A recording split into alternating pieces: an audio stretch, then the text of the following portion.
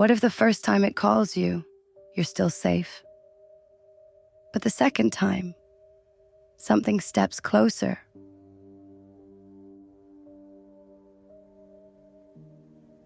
Our first story begins in a quiet backyard where a young girl hears her name called from the woods. There's no malice in the voice, no distortion. That's what makes it terrifying. Because sometimes the most dangerous thing isn't what's unknown. It's what feels familiar. I didn't turn around right away. Something in me knew not to. I was 10 years old the first time I heard it. It was late April, one of those afternoons when the wind still carried winter's teeth, but the sun had started to soften the earth. I was sitting on the bench behind our house, just wood and nails. My dad built it the summer before. That spot became my little place.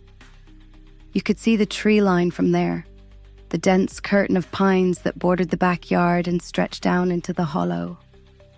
I liked the quiet. I liked the way it smelled out there. Sap, dry dirt, the ghost of last year's leaves. But that day I heard my name. It was a moment that froze me in fear and uncertainty, unsure of what was happening or what was to come. Emma. Just that. Calm. Even. No urgency. No echo. Like someone standing 5 feet behind me, speaking low so only I would hear. I froze. Not a leaf rustled. No footsteps. No breathing. I was petrified. The thought of turning around was paralyzing, as if some unseen force was holding me in place. I didn't call out, because some part of me knew, instantly and with certainty, that no one was supposed to be there. And whoever, or whatsoever was, it wasn't looking for a conversation. I was filled with dread as I made my way back to the house, my steps slow and deliberate. I didn't want to know. I was terrified of what might be waiting for me. I didn't tell my parents. What was I supposed to say? Did the forest talk to me? But I stopped going to the bench for a while. Days passed, weeks. I convinced myself it had been my imagination. Maybe it had. I was a lonely kid. I read a lot. My mind wandered, and the whispers haunted me. Then, one night that summer, I woke up thirsty and padded to the kitchen. The lights were off, the windows reflecting the faint blue of the moon. I was halfway to the sink when I heard it again. My name. Not from the forest this time, from the hallway behind me. Emma. I turned so fast I almost lost my balance. No one. No shadow. No creak of floorboards. No wind. Just stillness. And the faint hum of the fridge. I stood there holding my breath, heart hammering, ears straining. I wanted to scream, but something told me not to make a sound. I went back to bed, covered my head, told myself I was dreaming. But from that night on, I heard it once a week, always in different places. Sometimes outside, sometimes inside. Sometimes it came from places where no one could be. When I was 12, I finally asked my neighbor if she'd ever heard someone call her name when no one was there. Mrs. Dorsey was kind, a little odd, but she didn't laugh. Instead, she looked me dead in the eyes and said, "Don't answer it." That was all. She wouldn't say more. I never brought it up again. But her answer stuck with me, like a warning echoing in my mind. The voice stayed with me into my teens. It didn't happen often, maybe once a month. Sometimes I could go 2 months without hearing it. Then suddenly I'd be walking to class or brushing my teeth, and I'd listen to it again. Always the same. Emma. Always clear. Human. No distortion. No malice even. That was the worst part. It didn't sound threatening. It sounded like someone who loved me. When I was 16, I heard it while I was driving home. It came from the passenger seat. I slammed the brakes, heart thudding, and pulled over, shaking so hard I could barely hold the wheel. No one was there, of course. But the seatbelt was twisted, as if someone had just climbed out. The dread and terror I felt in that moment were unlike anything I had experienced before. No one was there, of course. But the seatbelt was twisted, as if someone had just climbed out. I started researching. I found stories. Not a lot, but enough to feel less insane. People who heard their names whispered from woods, from mirrors, from beneath their beds. Some said it was a spirit. Others claimed it was a mimic, a shapeshifter, a knocker, an old-world thing that called your name until you acknowledged it, and then it would never leave. One post chilled me. The first time you hear it, you're still safe. But once you answer, you've let it in. I thought of Mrs. Dorsey. Don't answer it. I never had. Not once. Until I was 19. It was a stormy night. The power had gone out, and the candle I'd lit in the hallway kept flickering like it didn't want to stay lit. I returned to my childhood home for the summer after college. Mum and Dad were asleep. I was brushing my teeth upstairs when the lights came back on. Relief flooded me. Then I heard it. Emma. This time it was closer, not behind me, right beside my ear. I whipped around. Nothing. But my reflection in the mirror was smiling. I wasn't. I screamed. Loud enough to wake my dad. I told him I saw something in the mirror. He searched the house, checked every door and window. Nothing. But I didn't sleep that night. Because for a second, when I'd looked into the mirror, I had the distinct, paralyzing sense that I was not the one inside. I left for college the next morning and didn't come home again that year. The voice stopped for a while. Months passed. Then a year. I started to hope it had come to an end. A hope that brought me a brief but much-needed relief. I started to hope it had come to an end. Then I got the letter. It came in a blank envelope. No return address. Typed, not handwritten. Inside was a single sheet of paper. One sentence. You turned when I said your name. I moved apartments within the week. I'm 30 now. I've never been married. I keep to myself. However, last week, a neighbor knocked on my door to report something unusual. She said, I was walking my dog by the woods. I thought I heard someone calling my name. But when I turned around, there was no one, just trees. It was so personal, like someone knew me. I asked her what the voice sounded like. She frowned, then said, It sounded kind of like you. It's spreading, or following, or wearing me like a mask.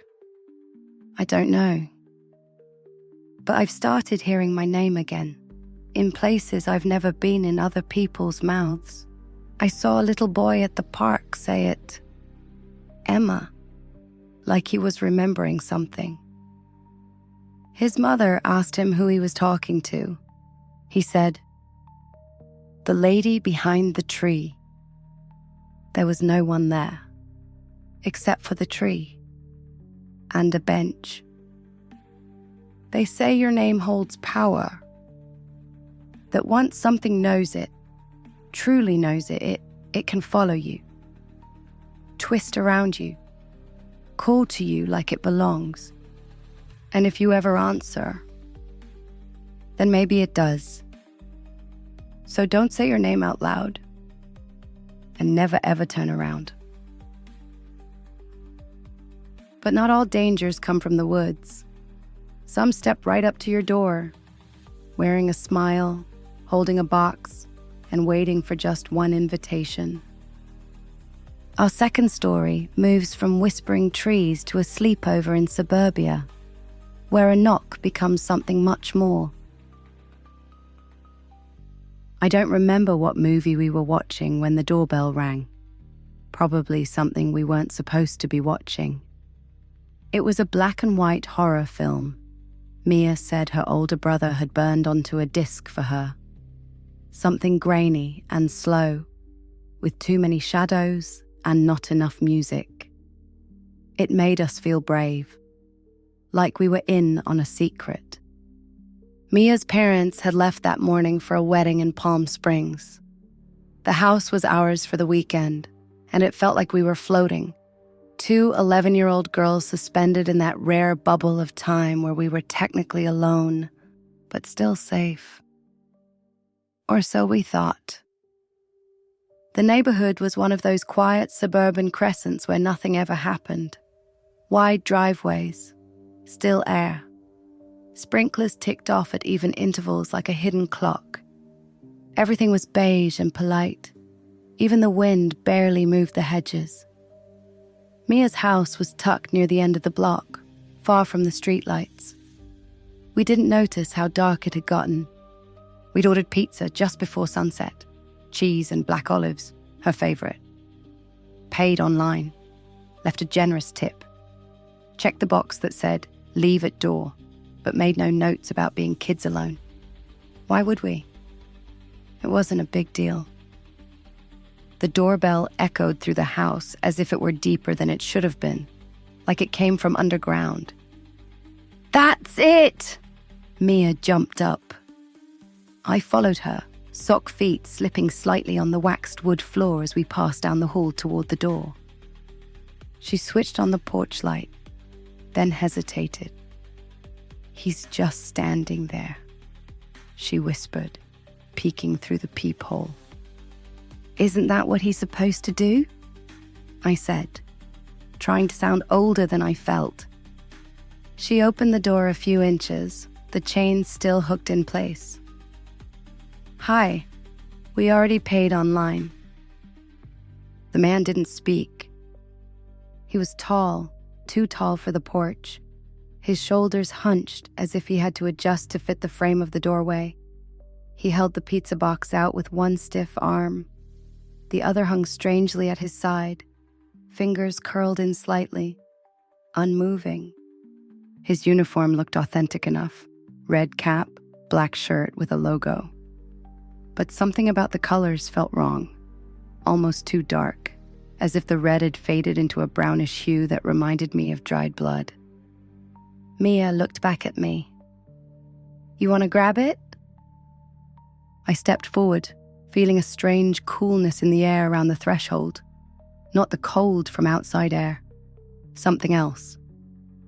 Hollow. Still. I undid the chain. "Thanks," I mumbled, reaching for the box. That's when he looked at me. His eyes were pale, not blue, not grey, just off and wide. Too wide. He didn't blink, not once. "You girls here alone?" he asked slowly. His voice was smooth like syrup, but flat, mechanical, like it had been learned, practiced. There was no rise and fall in his tone. I froze. Mia hovered behind me, No, I blurted. Her parents are upstairs. He didn't look up. Not even a glance toward the ceiling. Just leaned slightly forward. His hand brushed mine. His skin was dry. Cold. Like parchment. Well, that's good, he said, barely audible. Then he smiled, but it wasn't a smile. His lips stretched slightly, revealing no teeth. The corners twitched like someone who'd seen smiling done once in a mirror and was trying to replicate it. Something in me recoiled. Mia slammed the door shut. We stared at each other, silent. Creepy, she said with a forced laugh. Let's eat. But the footsteps didn't fade. We stood in the hallway, listening. He hadn't moved. Creak. The sound of weight shifting on wood. Slow. Deliberate. Like he was still out there. Knock. Just one. Calm. Measured. Like he wasn't in a hurry. Mia locked the deadbolt. We already tipped him, right? I nodded. Online. $10. Knock. I felt it through the floor. She tiptoed to the peephole again, then froze. I joined her. He was still there. Not moving and just standing. The pizza box was gone. His hands were now at his sides. His head was slightly tilted, and those eyes, unblinking, locked on the door like they could see through it. We backed away. What does he want? I whispered. I don't know. We crept to the living room, but even there, it didn't feel safe. The pizza box sat on the coffee table, untouched. I couldn't look at it. I felt like something had passed through it, like the box itself might still be warm from his hands. We turned the TV back on for noise. The screen flickered but offered no comfort. Our backs were pressed against the wall. We didn't speak. We just listened. Another knock. This one is softer. Fingertips, maybe. Then silence. We counted. 1 minute. Then 2. No more sounds. Mia stood up and crept back down the hall. I followed her, heart hammering. She looked through the peephole and gasped. What? I whispered. He's not there. We both stared through the glass.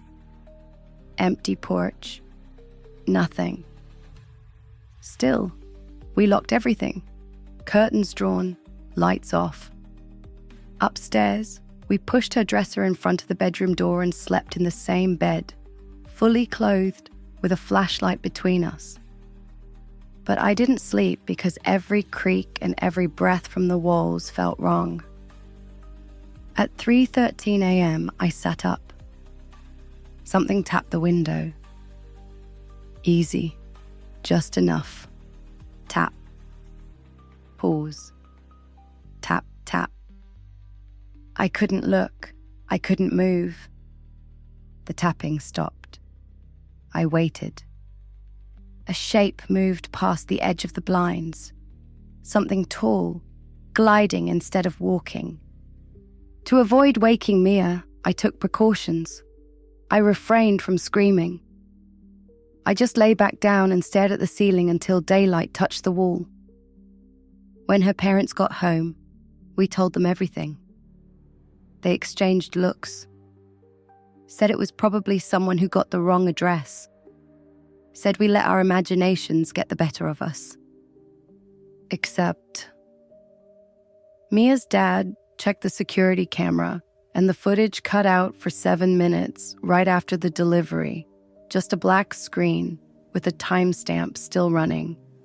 And on the outside of the front door, just below the peephole, there was a smear.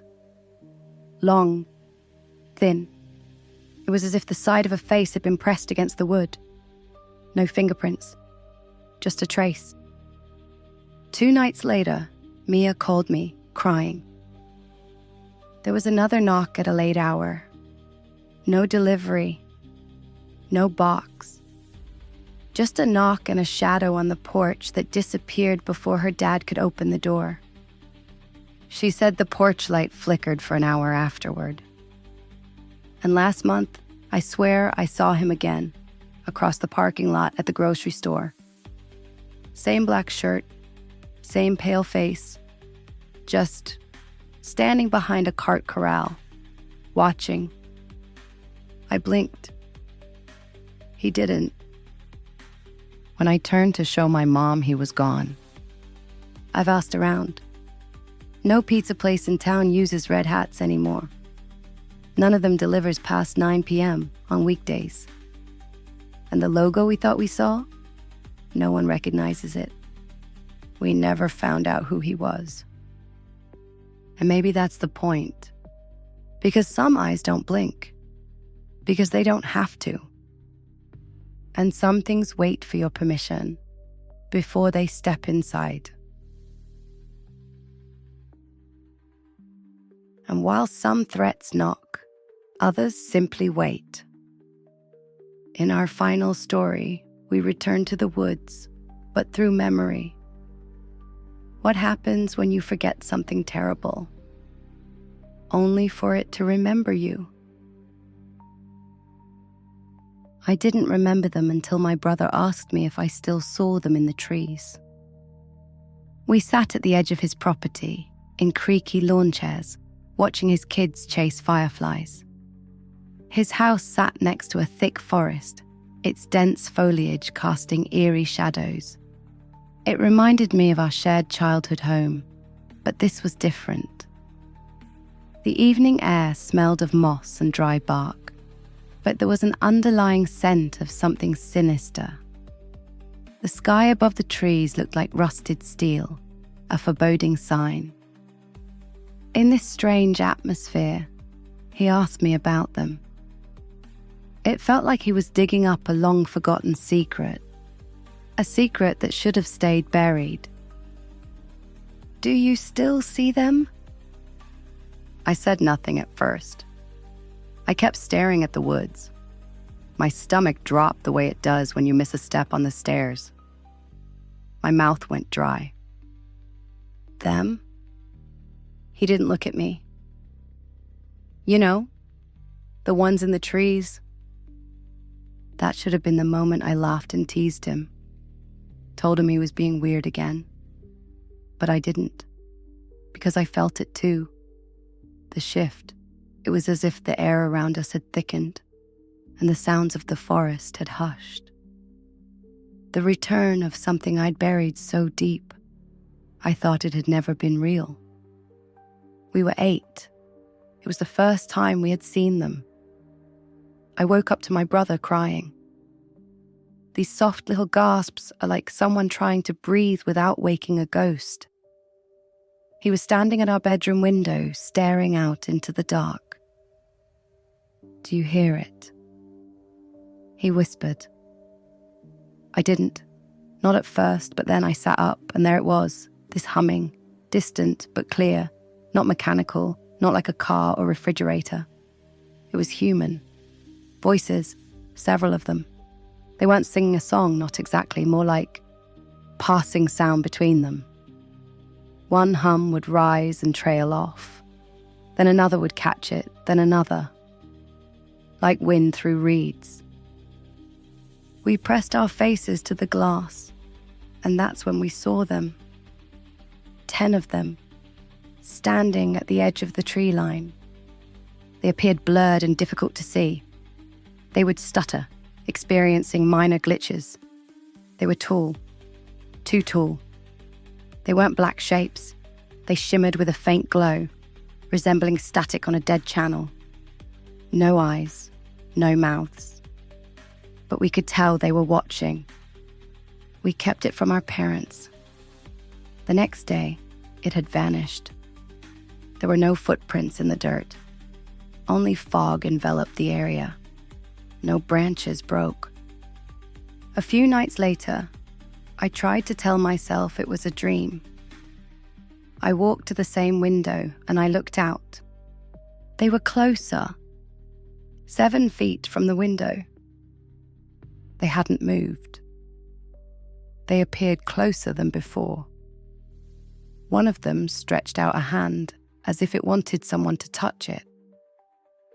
I never told my brother about that. Not until now, 22 years later. I still hear it sometimes, he said, eyes on the tree line. The song. When I'm tired. When I'm driving alone. You hum it in your sleep, I said before I realized I had not meant to say that. I remember. He blinked and turned his head with deliberate slowness. Do you remember? I nodded. I thought it was a dream. He looked relieved. But then he said something that turned my stomach. They only show up after you see them once. They can't come unless you look for them. That's why I never told my kids. There was silence between us. But it wasn't just any silence. It was the kind that feels alive, as if it's waiting for something to break it. I thought it was over. I thought he'd grown obsessed with an old dream. But that night, when I stayed over in the guest room, I woke up at 3:17 a.m. My ears were ringing. I heard something low, almost too soft to notice, like a vibration in my bones. I turned toward the window. They were there. 10 of them. Exactly as before. Static outlines. No face. Motionless. But the worst part wasn't seeing them again. I scrambled out of bed. The figure didn't move. Didn't advance. It held the gesture like a forgotten statue. When I opened the door to my brother's room, he was already sitting up. They're here again, I said. He nodded. Why are they back? His face was grey in the moonlight. Because we remembered. The next morning, we didn't speak about it. I left his house by 10. I told him thanks, that I needed some air, and drove 4 hours home without turning on the radio. The song was still in my head, note by note, rising and falling in a pattern that never quite resolved. When I got home, I found a shoebox in my closet. I didn't remember having saved it. Inside were crayon drawings from our childhood. One of them stopped my breath. 2 stick figures, a boy and a girl. We are standing at a window, 10 tall figures in the trees beyond. The figures are drawn with a sense of dread, their features exaggerated to convey the fear we felt that night.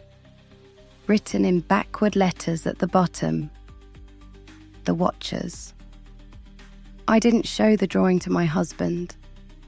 I said nothing, tucked it into the kitchen drawer with the scissors and rubber bands. But that night, I had the worst sleep I've had in years. I kept waking to a low vibration. Not in my ears. In the walls. It felt like the house was haunted. The next morning, my daughter asked me what the song was.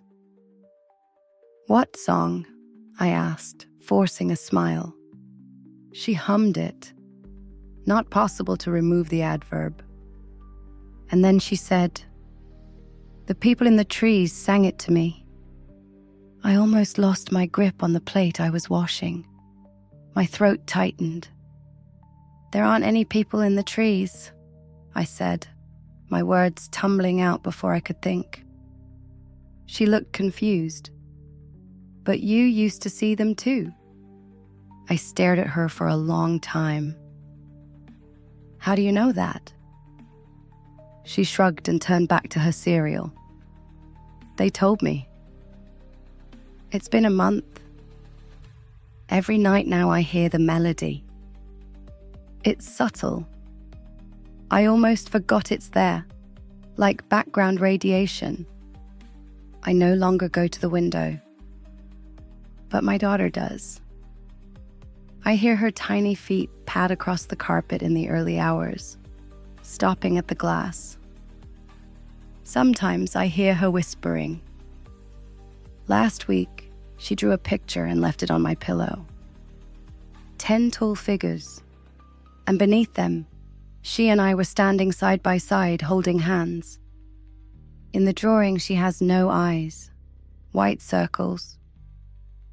I'm remembering more now. Our mother used to hum that song in the car while folding laundry. I thought it was something she had made up. But what if it wasn't? What if she saw them too? My brother said something I can't forget. They show themselves only to children, but they follow the blood. I'm scared that whatever they are, ghosts, spirits, things older than those words, they're not tied to places. They're tied to people, to memory, to names. They don't knock. They don't speak. They watch. And once you look back, they stay. 3 stories, 3 invitations, each bearing a cryptic message that tantalizes the mind and a promise of revelation that beckons the curious. A name spoken, a knock answered, a glance returned. None of them seemed dangerous until, in a sudden twist, something stepped in. Are these stories of ghosts, mimics, or something older, something that travels through memory, through names, through blood? Perhaps they linger, their gaze still upon us. And maybe they, the unseen forces, entities that exist beyond our comprehension, that control our destinies, only needed you to listen.